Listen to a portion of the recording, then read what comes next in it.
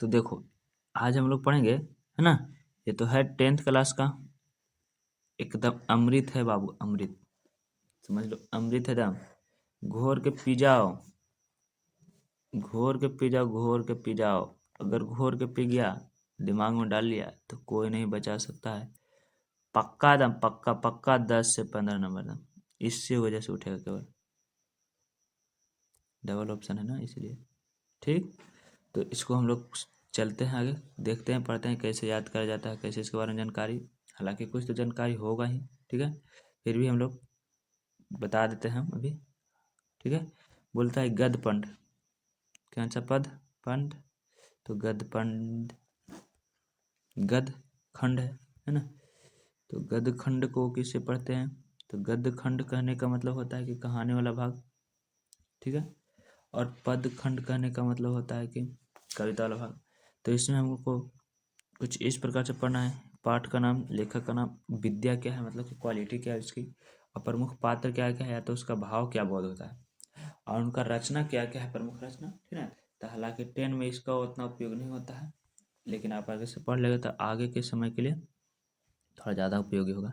तो बोलता है जैसे कि पहला चैप्टर का नाम है क्या? श्रम विभाजन और जाति प्रथा। इसका लेखक कौन है? भीमराव अंबेडकर। ये क्या है? निबंध है। और इसमें क्या भावपत्र किया है? तो जाति प्रथा के बारे में बात किया है, ठीक है। तो भीमराव अंबेडकर और सारा किताब लिखे हैं, जैसे कि the castes in India, their mechanism, unity and development, ठीक है।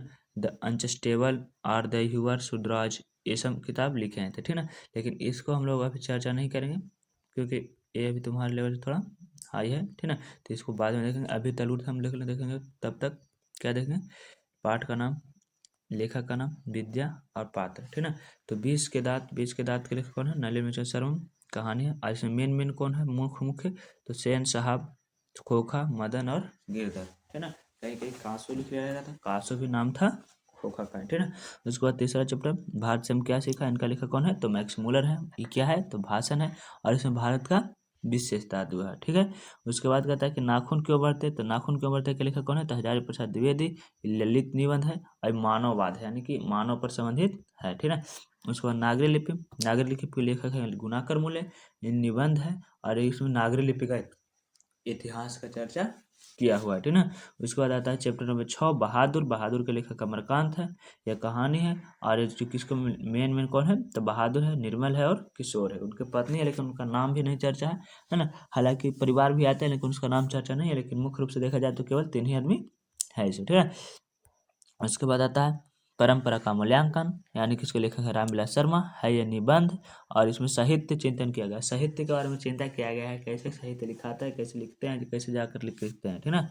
उसके बाद चैप्टर नंबर 8 जिसका नाम है जीत जीत में निरखत हूँ। इसका लेखक है बिरजू महाराज, है ना। और एक साक्षात्कार है मन के जीवन के बारे में उनका, ठीक। और इसमें कौन है? तो केवल बिरजू महाराज का रेखा चित्र किया गया, उनके बारे में किया गया, ठीक है। उसके बाद आता है चैप्टर 9 अभिनय। इनका लेखक है अशोक वाजपेयी। एक ललित कला है, ठीक है ना। ललित कला है, तो इसमें कोई खास आदमी का व्यक्ति चित्र नहीं किया गया, चाहे किसी भी बारे में चर्चा उतना नहीं है, ठीक है। उसके बाद आता है मछली पाठ। मछली का लेखक है विनोद कुमार शुक्ल, और यह एक कहानी है। और इसमें कौन कौन मेन मुख्य पात्र में आते हैं? तो दीदी, संतु और सेन निभाता है, नरेन, ठीक है ना। हालांकि इसके पिता के भी है, लेकिन उसका चर्चा यहाँ पर नहीं किया, नाम नहीं दिया। उसके बाद आता है क्या? तो नौबत मछली। मछली को तो बता ही दिया, विनोद कुमार शुक्ल। एक कहानी है, इसमें दीदी संतु सेन है। और इसमें आता है नौबत खाने में इबादत, ठीक है ना। इसका लेखक है जतेंद्र मिश्र, जो कि युवा कवि हैं। और ये क्या है? व्यक्ति चित्र है, किसी व्यक्ति के बारे में खास करके चर्चा किया गया। तो किनका किया गया? तो बिस्मिल्लाह खान के बारे में, और उसका शहनाई के भी बारे में, है ना। बिस्मिल्लाह खान मतलब बिस्मिल्लाह खान की शहनाई, ठीक है ना। तो ये बात का ध्यान रखिएगा। उसके बाद कहता है शिक्षा और संस्कृति। इसका लेखक कौन है? तो इसका लेखक है महात्मा गांधी। और इसमें शिक्षा के बारे में अध्ययन किया, यानी कि शिक्षा शास्त्र है, और इसमें कोई खास चीज़ का अध्ययन नहीं है, केवल शिक्षा के अध्ययन और शिक्षा के पढ़ाई के बारे में बोल रहे हैं, ठीक है ना। तो आगे की ओर चलते हैं, अब चलते हैं पद खंड, ठीक है। पद खंड की ओर, तो पद खंड के, तो इसमें सबसे पहला हमें पाठ में 2 भाग बांटा हुआ। एक राम नाम बिनु बिरथे जग जन्मा, और दूसरा कि जो नर दुख में दुख नहीं माने। तो दोनों का लेखक कौन है? गुरु नानक है। और ये मूल भाव चाहे तो किस काल का है? तो ये भक्ति या भक्ति काल का है, ठीक है ना। इसमें रचना और क्या किए? तो भक्ति और विनय के पद किए, इस तरह से, ठीक है ना। तो इसको हम लोग अभी उतना चर्चा नहीं करेंगे, ठीक ना। और ये पूछता भी बहुत कम है, नहीं पूछता, ना के बराबर पूछता है, ठीक ना। इसलिए इसको प्रधान नहीं देना, लेकिन ये सब चीज़ें एकदम याद रख लेना, कंठस्थ करना। अगर कंठस्थ कर ले तो पक्का फुल मार्क्स उठाओगे इसमें से। दूसरा क्वेश्चन, प्रेम आइनी श्री राधिका और करेल के कुंजर ऊपर बारो, इसका लेखक है रस खान और ये भी भक्ति काल के समय के कवि थे।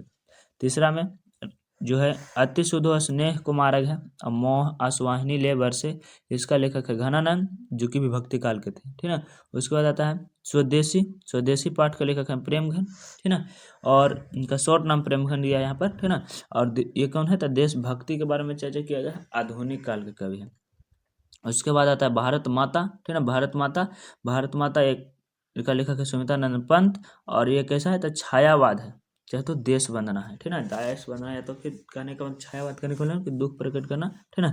उसके बाद आता है जनतंत्र का जनक, ठीक है। इसका लेखक कौन है, राष्ट्र कवि है रामधारी सिंह दिनकर, और ये जनतंत्र के बारे में बताते हैं, जनतंत्र के बारे में, यानी कि एक तरह से राष्ट्रगान है, ठीक ना। क्योंकि भारत एक लोकतांत्रिक देश है, लोकतंत्र के बारे में, जनतंत्र के बारे में बताते हैं। हिरोशिमा, ये भी बहुत बढ़िया है, पर पर्यावरण से संबंधित पाठ है। इनका लेखक है कौन, सही बादशाह या अज्ञे भी याद करके भी रखेंगे, टाइटल में केवल अज्ञे भी देता है, और सही बादशाह मतलब सच्चिदानंद हीरानंद बादशाह अज्ञे। इस मानव त्रासदी के बारे में चर्चा की है, माने कि मानव को कैसे नुकसान पहुंचाता है, और संस्कृति प्रगतिवाद और पर्यावरण से संबंधित ही बताए हैं, ठीक ना। उसके बाद बताते हैं एक वृक्ष की हत्या के लेखक है कुंवर नारायण, और इसके बारे में कैसे चर्चा की है, तो पर्यावरण के बारे में चर्चा की, आधुनिक काल के लेखक हैं, ठीक। वैसे से हमारे नींद पाठ के लेखक कौन है, तो बीरेन डंगवाल है, और इसमें जीवन संघर्ष के बारे में कि जीवन में संघर्ष करते रहना चाहिए, है ना। और अक्षर ज्ञान, जो कि बहुत बढ़िया कविता है, सबसे अच्छा कविता है ना, अक्षर ज्ञान। और इसमें अनामिका है, जो कि एक महिला है, ठीक ना, एक महिला कविता लिखी है, और बहुत बढ़िया कविता है। और इसमें बुद्धिजीवी, छोटे छोटे बच्चे में बुद्धि कैसे आता है, इसके संघर्ष के बारे में लेकर के चर्चा की है, यानी कि समसामयिक बोध है, और आधुनिक काल के कवियत्री है, ठीक ना। कवियत्री, कवि मतलब कि पुरुष, और कवियत्री कहने का मतलब कि महिला लेखिका, ठीक ना। और कहते हैं आगे, कहता है कि लौट कर आऊँगा फिर, ये पाठ के लेखक है जीवनानंद दास, और देश प्रेम है आधुनिक काल संत है। मेरे बिना तुम प्रभु, इसका लेखक है रहने वाले लिख के, और आधुनिक बोधभाव करते हैं, ठीक ना। तो हम लोग गद्य और पद को देख चुके हैं, तो आगे चलिए, है ना।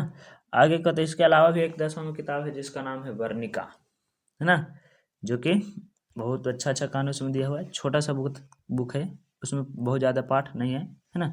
उसमें केवल 5 पाठ है, जो कि सब सुपर कहानी है। दही वाली मंगमा, जो कि इनका लेखक कौन है, तो श्रीनिवास है, और ये कैसे कहानी, कन्नड़ कहानी है ना, कर्नाटक राज्य का है। और इसमें मुख्य पात्र कौन कौन है, तो मगमा का एक, नजमा का है, मतलब सास और पतोह का मामला है, ठीक ना। आज उसके बाद है ढहते विश्वास, जिसका लेखक है सात कौड़ी होता, यह एक उड़िया कहानी है, क्या कहानी है, उड़िया कहानी, यानी उड़ीसा का है। और इसमें मुख्य पात्र लक्ष्मी का, हालांकि इसका बेटा भी है जिसका नाम क्या था, अच्युत, ठीक ना। और उसके बाद माँ, और इसका लेखक कौन है, ईश्वर पेटलीकर, बहुत बढ़िया कहानी है, अगर आप नहीं पढ़े तो इसको वीडियो में जरूर देखेगा। गुजरात कहानी है, गुजराती है, और इसमें माँ मंगू के लेकर के माँ बेटी के प्रति प्यार दुलार का चर्चा है, ठीक ना। और नगर पाठ का लेखक है सुजाता, है ना, और तमिल कहानी है ये, और इसमें मुख्य पात्र पपाती के है। और धरती कब तक घूमेगी, इसका लेखक सावरदया है, और राजस्थानी कहानी है, इसमें माँ और सीता के कैरेक्टर है। आप इस कहानी को पढ़ चुके होंगे, अगर नहीं पढ़े हैं तो पढ़ेगा। इसके साथ साथ व्याकरण का भी ख्याल रखना बहुत जरूरी है ना, क्योंकि हिंदी सब्जेक्ट ही ऐसा है जिसमें आप बढ़िया से बढ़िया अंक उठा सकते हैं, है ना। वही बढ़िया क्वालिटी के लिखने के लिए तो व्याकरण में उसको बहुत जरूरी है। इसलिए व्याकरण में सबसे पहले वर्ण उच्चारण स्थान, उसके बाद संज्ञा, उसके बाद वचन, उसका लिंग, सर्वनाम, विशेषण, विविध क्रिया, वाच्य, काल, कारक, अवयव, संधि, समास, पर्यायवाची शब्द, विपरीतार्थक शब्द, श्रुति समानार्थक, उपसर्ग, प्रत्यय शब्द, शब्द शुद्धि, वाक्य शुद्धि, अनेक शब्दों के लिए एक शब्द, मुहावरा, लोकोक्ति, अनेकार्थी, अंतर शब्द, पदबंध, ये सब पाठ आता है। इसकी चर्चा हम लोग बारी बारी से करेंगे, ठीक ना। तो अगर आप चाहते हैं कि इसको हम एक साथ में दिखाएं, तो इसका आप एक स्क्रीनशॉट ले सकते हो, और उसके बाद फिर एक शॉट पद का, ठीक है, और उसके बाद फिर एक वर्णिका था, और एक शब्द इसका। चलिए फिर मिलते हैं अगले वीडियो में।